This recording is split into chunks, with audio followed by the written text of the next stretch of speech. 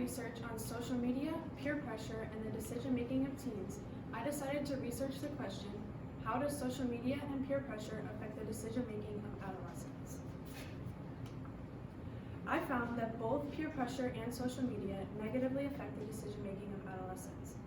Through behavioral presentation, reinforcement, and amplification of the social desirability bias, social media has been demonstrated to create peer pressure. Teens are more inclined to engage in dangerous activities because their brains are still growing, making them the most evident victims of peer pressure. Social media also adds a sense of permanency, forcing teenagers to conform to established standards in order to avoid being rejected.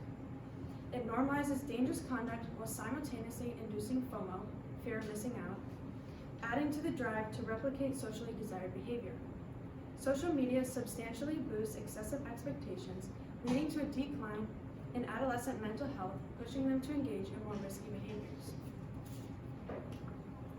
Adolescence can be described as a developmental period during which the need to establish a unique identity coincides with the desire to find belonging within certain social groups. Children struggle to find a way to fit in and follow societal conventions while also being loyal to themselves and their ideas during this period. Adolescence is an essential stage in a child's life and is a time when excellent decision-making is crucial for their current position and also their future prospects. In recent years, social media has become an increasingly important part of teenagers' lives, and it is just one of the many factors influencing their daily life. Today, children and teens are using social media more than ever. In fact, according to a 2018 study by the PEW Center of Research, statistical reports confirm that in the United States, adolescents have the highest level of internet and social media usage among all age groups, and 92% of teens use the internet and social media daily. Adolescents are prone to making erroneous assumptions about other people's lives based on a few photographs and videos they see online thanks to social media. As a result, they subconsciously compare themselves to others and make unrealistic expectations for themselves. Respectfully, teenagers develop insecurities, which leads to a rise in mental health issues. One of the greatest consequences of social media is the deterioration of young kids' mental health, which can lead to despair, loneliness, social anxiety, and even thoughts of worthlessness. Social networks can then drive young, vulnerable people to undertake in high-risk decisions as a result of these symptoms. Some of these decisions include drinking, drugs, and even violence. Since many kids feel pressure from online posts and influencers, social media and peer pressure often go hand in hand. Many times, the fashion and advertising industries also play a large role. Social media isn't just an easy strategy to advertise, it is also changing the way we think about our clothing.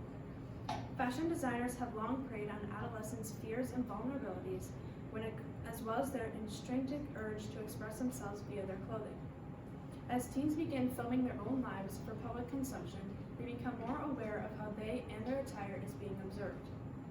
Young people, particularly women, have developed an implicit commitment to not repeat an outfit of the day, and according to a 2017 study, 41% of women aged 18 to 25 felt obliged to change their clothing every time they went out. Through the parent and peer conflict trials versus mutual conflict trials, a recent study looked at the influence of the type of behavior and assessed the likelihood of adhering to opposing attitudes. Through the information on the graphs, it can be noted that participants had a higher possibility of rejecting than conforming to opposing viewpoints.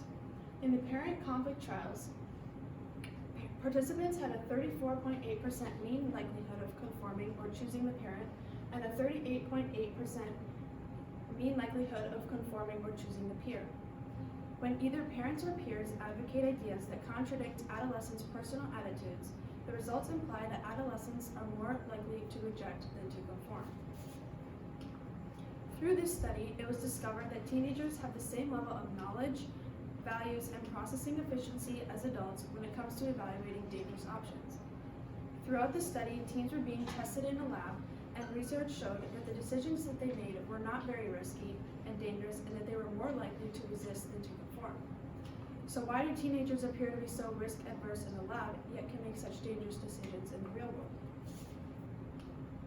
If teens made all their judgments about drinking, driving, dalliances, and misbehavior in the isolation of an experimenter's testing room, they would appear to be just as risk-averse as adults.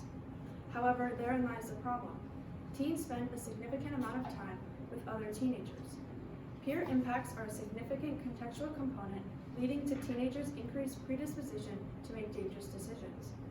According to crime statistics, teenagers are more likely to perform delinquent acts in groups, where adults are more likely to commit crimes alone.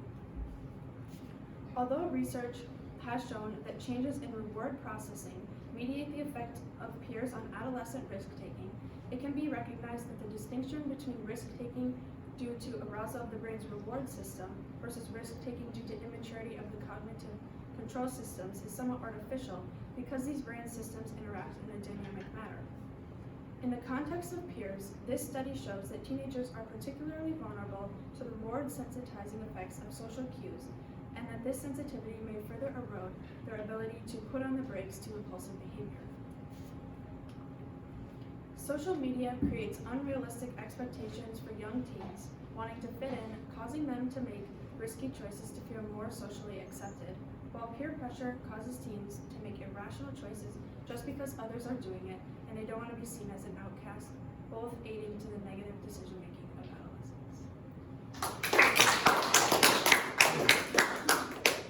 adolescents. Kayla, what evidence did you gather that you didn't include, and why did you exclude it?